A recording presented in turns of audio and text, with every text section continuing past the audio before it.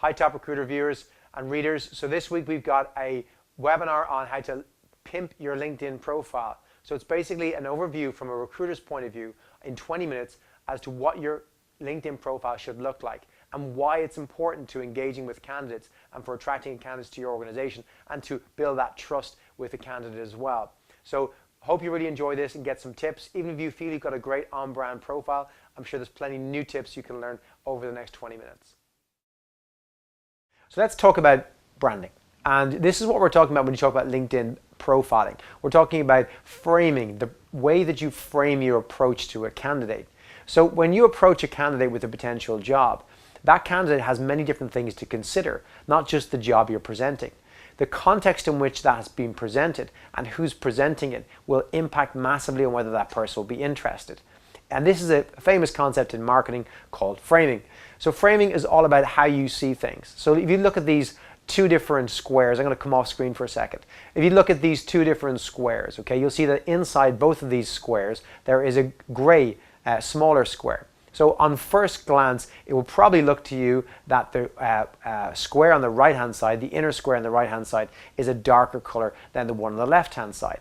But if I remove the outer frame, you'll instantly see that both inner squares were exactly the same color. Let me bring them back again. You still see slight differences in shading. The one on the right does look darker than the one on the left.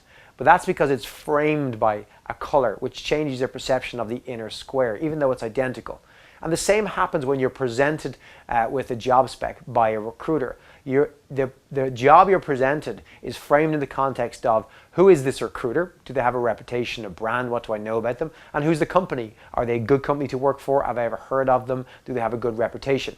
So we're going to talk about the personal branding element and why it's so important, because it is a very important factor. It's not good enough just to have a good job and present that to a candidate. Who's presenting this job to the candidate is equally important. Whether you're a sourcer or a recruiter, as long as you're the person engaging, they will look and see who you are, because smart people Google stuff, and they'll try and frame that in the context of you, the recruiter.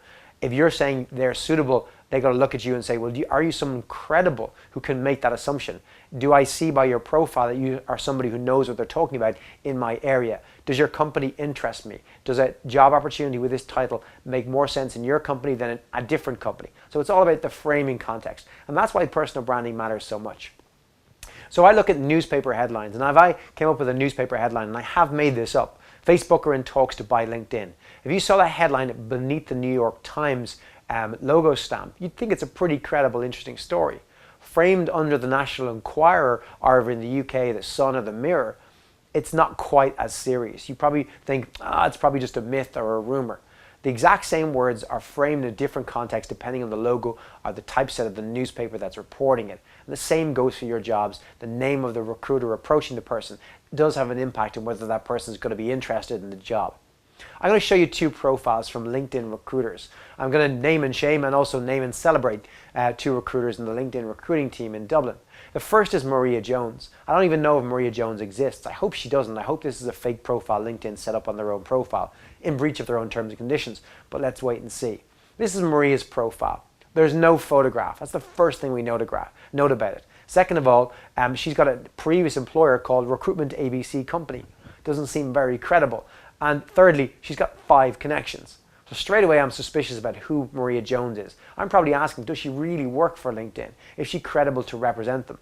Her description, her summary of herself is very generic. It's 1.5 lines. It's bland. It could be any company she's working for. There's nothing unique about LinkedIn in that sentence. In fact, any recruiter anywhere in the world could take that exact sentence and put it on their profile and you wouldn't notice the difference because it's so generic and bland. Scrolling down further, she has actually put embedded rich media images, PowerPoints on her profile, but if you look at them, they're all identical except in different languages. So it's a bit of a mess, okay? It doesn't look like it's a very professional profile. You scroll further down to her skills and expertise, she's only got 6 of them and nobody's endorsed her for any of those skills. I'm a bit suspicious about this profile. On the other hand, let me introduce you to her colleague, Alexandra. Alexandra has a great photo, big smile. It's a headshot against the LinkedIn logo. Very well done. Her headline is excellent. Come join us and change the way the world works. Right, one of LinkedIn's kind of employer branding slogans. Great grabbing headline. we look at her summary and she tells you why you should work for LinkedIn. These paragraphs and this information specifies why anybody should think about joining LinkedIn. And at the bottom of it, she's got a call to action and a link where you can go to an external site to apply right now if you're already convinced. Scrolling down further, her embedded images are smarter. It's appropriate rich media content with the right image embedded there with good headlines, and she's mixed it up as well. Further down, we see in her employment history, she's got professional recommendations of people recommending her in her current job, but also her previous jobs. And scrolling further down to her skills and expertise, she's got skills and endorsements everywhere. She's got lots of them, and loads of people are recommending her for them. She's very credible. We look further at her volunteering experience and courses. She's lots of impressive personal information about all the different fantastic things she's done, the skydiving she's done for charity, the fact she's into animal welfare, helping children and health. Oh my God, I want to cry. She seems so angelic and fantastic. But this stuff's actually quite important because it helps people connect with you. If I'm into causes and helping children's charities and everything else, this person seems like a person just like me. I'm much more likely to relate to this individual. And this is helpful. This is probably the only part of your LinkedIn profile where you can really put that personal stamp. She's done a great job. So I ask you, if you're a candidate and you're approached by LinkedIn to come join their team, and a recruiter like Maria approached you, and then a recruiter like Alexandra approached you, which one of those two would you respond to? Because this is the situation and question that most candidates are faced with every day, inundated with recruiters trying to reach out to them and contact them. So if they're going to reply to anyone, they're going to make a choice, and they're going to frame the offer of job title X in the context of who is the person making the offer and who do they represent. And even a company as credible as LinkedIn can be let down by a weak profile. And this is why pimping your profile is so important. So let's talk about your LinkedIn profile. So first off, it's really, really important for you to choose a professional looking photograph. This isn't Facebook. This isn't the place for selfies, right? You should take a professional photograph, preferably actually in color. I'm using Holly's example here, but in hindsight, I'm looking at this going, it shouldn't be black and white. And mine's the same, it should be color. Color is more preferable because that's the image that you're most going to be associated with, that color image. Although interestingly, some psychology studies show that black and white can have a better lead cognitively to individuals liking you more if it's that strong contrasting blacks and white. I don't know, there could be a lot in it. Just take a bright, happy photograph of your head, your face, not necessarily your whole body because it's hard to see you smile. The big thing is we want to see you smile in there. And it's got to be you looking your best. Doesn't need to be on a professional photographer's camera. A camera phone does just fine. It's a pretty low resolution shot, so you'll be okay there. Your headline should be a keyword-driven headline, just like the example from the second LinkedIn recruiter, something that grabs people's attention and makes them think, I want to talk to this recruiter, or this person knows what they're doing here. So what Holly's just done in her profile here is linked to the website as well, so people can reference it, which is another key thing you can do, is put your website address with the www prefix in your headline title, because then when you comment on group discussions and it gets emailed out to people, your website is there to be clicked on straight from someone's email. Gives great SEO traffic, so small little hint and tip there. Do include your Twitter handle. It's the one social media or social network you can link to your LinkedIn account, and people can then engage with you. I've seen some other good recruiters today, when I went through their profiles, having links to their Facebook accounts, their Google Plus accounts, all different things. So if someone's on LinkedIn finding you, they can choose to engage with you through a medium or network that's more preferable to their surroundings. So add those things in there as well. Do customize your URL as well in LinkedIn. All of these settings can be made in LinkedIn by just going to click on your profile, and then basically into the edit function you can click and edit each section by section. They've changed the navigation structure, so it's a lot more easier to do these days. I'm trusting if you're on these webinars and you've been on them before, you know how to find your edit this profile section. Next section to have a look at is your activity. Your activity is not something you change once, it's something something you have to constantly monitor. You should regularly post updates to your LinkedIn network with very share-worthy content. Sharing content at least just once a week will increase your profile views fivefold, by 500%, which is pretty impactful if you're a recruiter looking to attract great talent to connect with you. So by posting that great content on a regular basis, even just once a week, it works extremely well. When you fill out your summary post here, it's really important that your summary introduces yourself to the world, but also sells your company. So it should be about you, but also you in the context of representing an organization as a recruiter. So sell the company in this section as well. You got to keyword optimize that around the kind of key buzzwords for your industry, and also to be found by people looking for jobs in, let's say, sales or technology or development or marketing within your area. So get those keywords in there as well.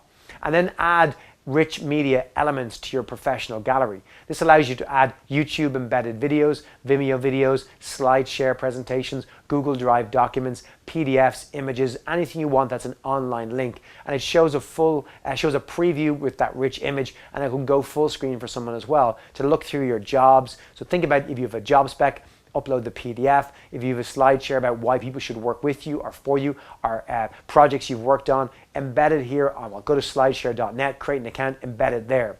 But also remember that you can't see the small text. So if you're embedding a PowerPoint, don't have PowerPoints that have more than about 4 lines long, because people won't read that text in small print. So make them kind of 1 word per page or a couple of words per page if you're going to use words at all. Images always work a lot better.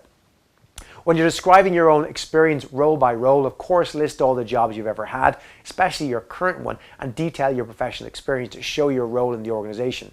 Don't put in words like junior or intern. Nobody will trust you. You have no authority and credibility with those words. So run it by your employer, explain that to them and say, listen, if I put junior or just researcher, no one's going to look at me and connect with me. I've got to have a better title for the purposes of LinkedIn, and make sure you're allowed to do that. Link the company name you work for to the actual LinkedIn company page. This is a problem that some people experience when they type in the name of their company. Wait for LinkedIn to prompt you to pick the official company name. That way the official logo will appear in your profile and you'll be connected as an employee for that company. That way candidates can link to your company, research you on LinkedIn, see lots of exciting things about your organization, and then engage with you. That's quite an important thing to do. And always remember your keywords throughout all of this information on your profile. Further down, you can add information on stuff like your volunteer experiences. So some background to you as a person, like do you do volunteer work, support some charities, participate in continuous learning, adding your courses in there. That's really, really important stuff for people to engage with you. Your full education should be listed as well. Put in the colleges you went to, the courses you've completed, all of your educational background, not just a primary or secondary degree. Any of the courses, activities, clubs and societies you're a member of. And again, putting the right keywords in there is really, really important. Skills and expertise can annoy people. All these endorsements you keep getting asked for when you go onto someone's profile. But typing in your skills will prompt your connections to endorse you for them. So if you add 1 or 2 a day, then your connections will be asked to re-endorse you for those, which keeps you in their mind, which is an important concept in branding as well. So try variations of keywords to broaden your reach to those people searching for you. So marketing and branding, software development, programming, any skills you have. Don't forget, it's not the skills you're hiring for, it's the skills you have. And then other people will choose or not choose to endorse you for them. Whereas you might have plenty of examples you can talk about where people have silly skills listed. I guarantee you the top 3 or 4 skills that any person has, who has a number of them listed, are probably the skills they really actually have and use every day. And that's what people notice. There's other opportunities to flesh out your profile on LinkedIn. You can add organizations you're a member of. So think about you're a member of Rotary or a local club, a sports club, or Toastmasters. Add that in there. Or you awarded any prizes in college or in the work that you've done, sales awards, whatever it might be, or in your community for helping out tidy towns or whatever it might be. Were you involved in the writing of or publishing of any patents or any publications in magazines or on blogs? List them as well. It's all about giving you more credibility and authority. Did you participate in any professional projects, cooperation schemes with different companies, whether it was on your personal time or your work time? List it there. Do you have any test scores? You got a first on a degree, or you have a high GPA, or you've completed some sort of HR exams? Please put them in there. It adds to your credibility as a recruiter. Your aim through all of this is to gain what LinkedIn call an all-star profile. So when you go onto your own profile, you should see this on the right-hand side, and you should be able to get a kind of acid test of how you're performing. If it says excellent, that's well done, but you've got a bit to go towards all-star. If it's just very good or less, you've got to add in different things. And in fact, your main things that you need are to make sure you have a profile photograph, a complete summary, at least 3 jobs, your education listed, some skills and experience, and at least 50 connections.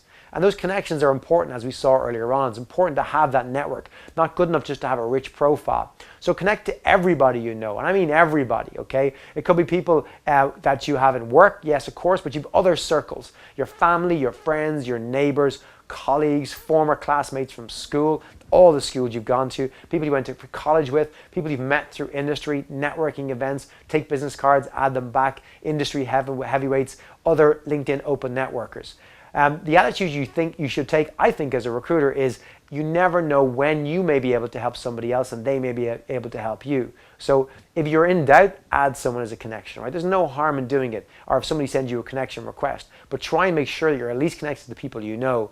That friend of yours down the road who you meet in the pub every Saturday and say a quick hello to, maybe he's the chief executive of the company that you want to hire somebody from and he can give you recommendations. Who knows where people work, right? The people who we interact with that we don't consider professional contacts may be the best contacts we ever had, all right? So do add all of those things there. And encourage others to connect with you. So a lot of people share their LinkedIn profile address. That's not good enough. There's too many steps required. You need to put something on the bottom of your business cards, your email signatures, your Twitter bio, everything else, and make it an invite. So I've created bit.ly invite Johnny. And what happens when you click that is we'll launch a longer web address. That's a one-click invite. When you click on this and try it now, you'll see an invite request to send to me that all you've got to do is press how do you know Johnny and send, right? You don't have to take the steps of I'm on his profile, will I connect with him or not? It's straight into the connection. If you're going to build your own, just basically use mine and modify two parts. The number that you see in orange here and the name, first name, surname. So replace my first name with your first name, your surname or last name with your own, mine with your own. I'm getting confused here. And basically the number 2417166 should be replaced with your own unique ID number. You find that in the web address of your public profile. So go into a LinkedIn when you're logged in, click on your own profile, look up the top of the web address, and after linkedin.com/something, the first number you should see with an ampersand and equals at either end is your own number on LinkedIn. So put it in there with no space into this web address, then use bit.ly or tinyurl or something else to shorten it, and then make sure you customize it to a nice shortened piece of text like I have. In Bitly, if you log in with Twitter or Facebook, it allows you to customize the URLs to whatever text that hasn't been used already. So you might have to use something hyphen or underscore something to get the right words, and then share that on your business card, the bottom of your signatures, etc., so that people can quickly get to that invite. This is a tip that Stacey Zappar shared in our online training, and it worked fantastically for her and is working great for us and anyone we've shared it with as well. So make sure to do all those things to make sure you have the right kind of profile, but you've most importantly the connections, because people trust people who are very well connected in recruitment as well.